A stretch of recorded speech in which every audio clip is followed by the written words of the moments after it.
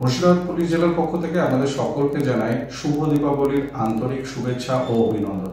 বর্তমান ইন্টারনেটের যুগে আমরা একই সঙ্গে বসবাস করে চলেছি দুটি পৃথিবীতে, অর্থাৎ একটি হলো বাস্তব পৃথিবী, আরেকটি হলো কৃত্রিম পৃথিবী বা ভার্চুয়াল প্ল্যানেট।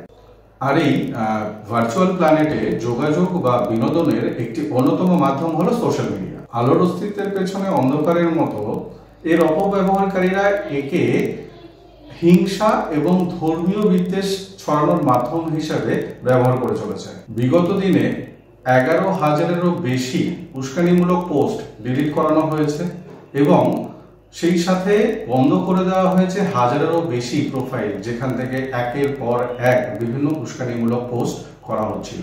এছাড়া 486 জনেরও বেশি ব্যক্তিকে চিহ্নিত করা হয়েছে, তাদের বিরুদ্ধে নেওয়া হচ্ছে আইনত ব্যবস্থা। বেশ কিছু কেস স্টার্ট হয়েছে, অ্যারেস্ট হয়েছে বেশ কিছু লোক।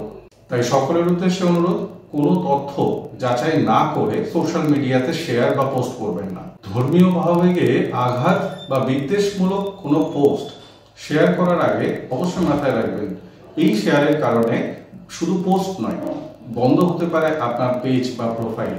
67 আইটি অ্যাক্ট অনুযায়ী আপনার জেল বা 5 লক্ষ টাকা পর্যন্ত জরিমানা এবং দুটোই হতে পারে। কিছু উদ্দেশ্যপূর্ণ ব্যক্তিদের কাছে এটি একটি সাইবার বিপদ।